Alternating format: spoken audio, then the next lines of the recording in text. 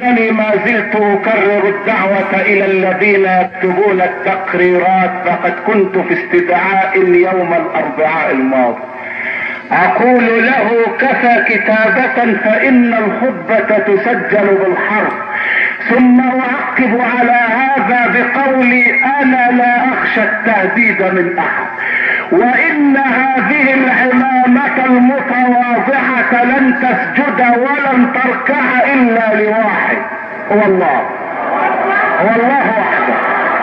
ايها الاخوة الاعزاء، ان هذه العمامة لن تركع ولن تسجد الا لواحد. لا يليق بعمامتي ان تسجد لغيرك يا رب. لماذا؟ لان هذه العمامة التي اضعها فوق رأسي لفها محمد نبيك بيده. اسمعوا هذا، ان هذه العمامة لفها محمد. كانت امنيتي قبل ان اموت ان ارى رسول الله في المنام. رايت ابا بكر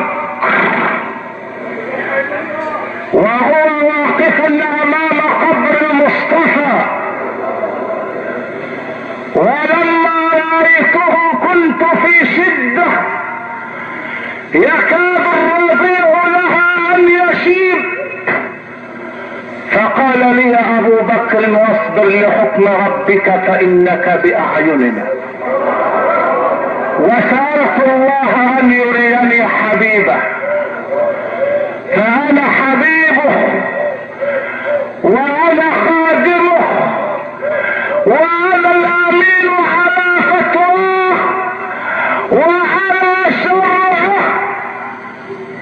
وعلمت هذه الليلة وكانت ليلة مولد النبي.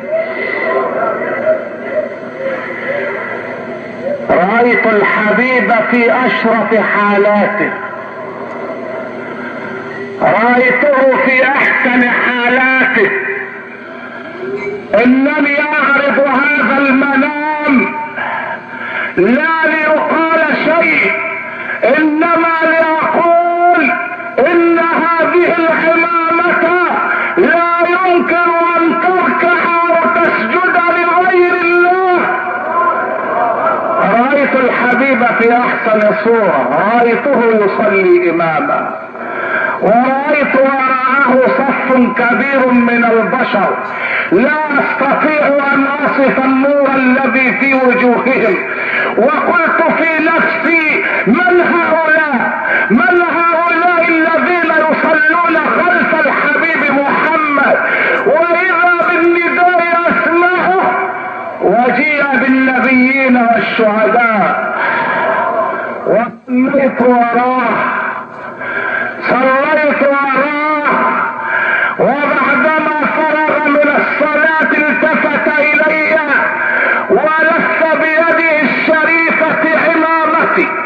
هذه العمامة لا تسجد الا لك، لا تركع الا لك، امينة على شرعك. انا لا اخاف الموت بل هو غايتي ووسيلتي لتحقق الرغبات. لا اخشى التهديد،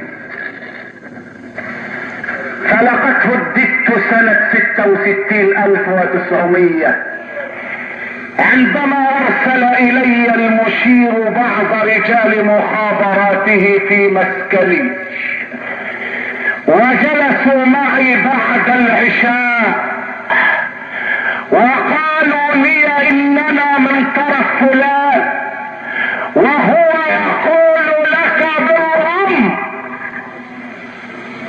اخطب الجمعة عن اباحة دم سيد قطب، وان دمه مباح ودمه حلال، حلال حلال يا مفترون بالامر. قلت انا لا اعرف الامر الا من واحد، هو الذي يقول قل ان الامر كله لله. فاستعمل معي اسلوب التهديد، انك ستدفع الثمن. قلت وما الثمن؟ قال انت تعلمه. قلت مرحبا بالثمن اذا كان نجاة من عذاب النار يوم القيامة. وخطفت الجمعة يومها وصدرتها بقول الله تعالى قل متاع الدنيا قليل والآخرة خير لمن اتقى ولا تظلمون فتيلا. اينما تكونوا يدرككم الموت ولو كنتم في بروج مشيدة. اقول هذا الكلام في وقت كان اصحاب العمائم الكبرى يخطبون في المحافظات ويفسرون للشعب المسكين قول الله تعالى انما جزاء الذين يحاربون الله ورسوله ويسعون في الارض فسادا ان يقتلوا. قلت سبحان الله، سيد قطب يحارب الله ورسوله، الرجل الذي فسر القرآن من ألفه إلى يائه يحارب الله ورسوله، ومات أصحاب العمائم ومات أسيادهم معهم والجميع الآن بين يدي الله، بين يدي الله. لا تركنن الى القصور الفاخرة واذكر عظامك حين تمسي ناخرة، واذا رأيت زخارف الدنيا فقل يا رب ان العيش عيش الاخرة. كم تساوي الدنيا؟ كم تساوي في سبيل رضا الله؟ ودفعت الثمن ودخلت السجن حولين كاملين من اجل الامتناع عن فتوى نعم، لانها فتوى ستجعل جسدي جسرا الى جهنم. الفتوى امانة، الفتوى امانة، ونحن جميعا تحت اطباق التراب سنصير، والبقاء للحاكم العادل وحده. واسألوا وكيل المخابرات الاسبق عن المرض الذي يشكوه. اللهم لا شماتة وانما هي عبرة لمن يخشى، فاعتبروا يا اولو الابصار، فالليل مع ما طال فلا بد من طلوع الفجر، والعمر مع ما طال فلا بد من دخول القبر.